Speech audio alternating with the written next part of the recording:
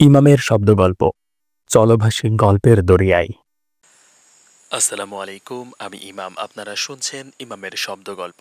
ইমামের শব্দগল্পে আপনারা আজকে শুনবেন আব্দুল্লাহ আল মুতি লিখিত আকাশ। খোলা জায়গায় মাথার উপরে দিনরাত আমরা আকাশ দেখতে পাই। গাছপালা, নদীনালা দুনিয়ার কোথাও আছে, কোথাও নাই। এমনকি ঘরবাড়ি, জীবজন্তু, মানুষও সব জায়গায় না থাকতে পারে। কিন্তু আকাশ নেই ভূপৃষ্ঠে এমন জায়গা কল্পনা করা শক্ত। দিনের বেলা সোনার থালার মতো সূর্য তার কিরণ ছড়ায় চারপাশে। এমনই সময়ে সচরাচর আকাশ নীল, কখনো সাদা বা কালো মেঘে ঢেকে যায় আকাশ। ভোরে বা সন্ধ্যায় আকাশের কোনো কোনো অংশে নামে রঙের বন্যা। কখনো বা সারা আকাশ ভেসে যায় লাল আলোতে। রাতের আকাশ সচরাচর কালো, কিন্তু সেই কালো চাঁদোয়ার গায়ে জ্বলতে থাকে রূপালি চাঁদ আর অসংখ্য ঝকঝকে তারা আর গ্রহ। আগেকার দিনে লোকে ভাবত আকাশটা বুঝি পৃথিবীর উপরে একটা কিছু কঠিন ঢাকনা। কখনো তারা ভাবত আকাশটা পরতে পরতে ভাগ করা। আজ আমরা জানি আকাশের নীল চাঁদোয়াটা সত্যি সত্যি কঠিন কোনো জিনিসের তৈরি নয়। আসলে এ নিতান্তই গ্যাস ভর্তি ফাঁকা জায়গা। হর হামেশা আমরা যে আকাশ দেখি তা আসলে পৃথিবীর বায়ুমণ্ডলের ঢাকনা।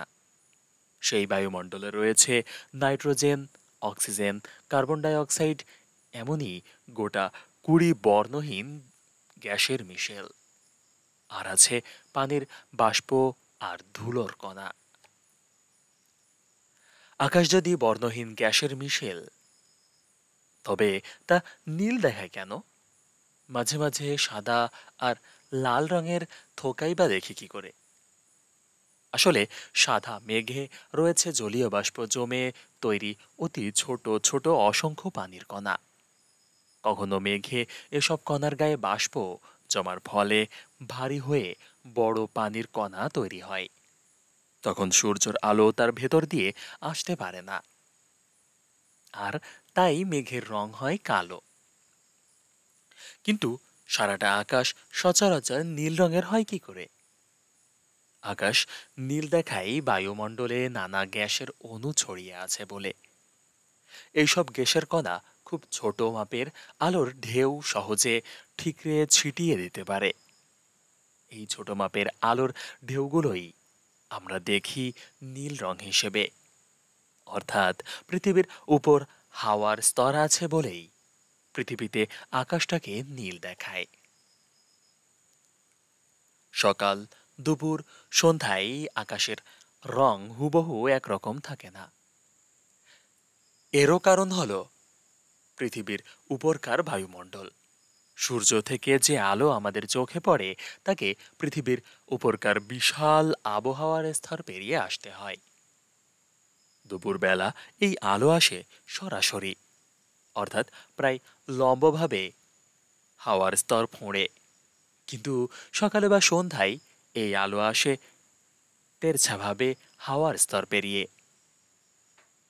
তাতে আলোকে হাওয়ার কণা ডিঙাতে হয় দুপুরের তুলনায় অনেক বেশি।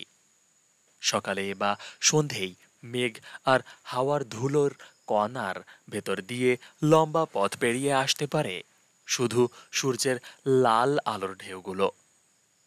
সে মেঘকে তখন দেখায় লাল। ঘন বৃষ্টি মেঘের বড় বড় কণারা যখন আকাশ ছেয়ে ফেলে তখন তার ভেতর দিয়ে আলো পেরিয়ে আসতে পারে না, তাই সে মেঘকে দেখায় কালো। আগেকার দিনে আমাদের উপরকার আকাশ নিয়ে বিজ্ঞানীরা পরীক্ষা নিরীক্ষা করতেন, শূন্যে বেলুন পাঠিয়ে বা যন্ত্রপাতি শুদ্ধ রকেট পাঠিয়ে।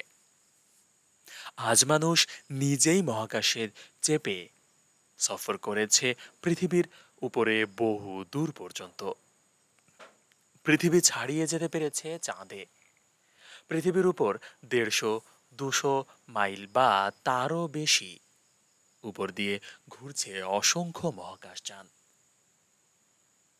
যেখান দিয়ে ঘুরছে সেখানে হাওয়া নেই বললেই চলে। মহাকাশ থেকে দিনরাত তোলা হচ্ছে পৃথিবীর ছবি। জানা যাচ্ছে কোথায় কখন আবহাওয়া কেমন হবে, কোন দেশে কেমন ফসল হচ্ছে। মহাকাশযান থেকে ঠিকরে দেওয়া হচ্ছে টেলিফোন আর টেলিভিশনের সংকেত।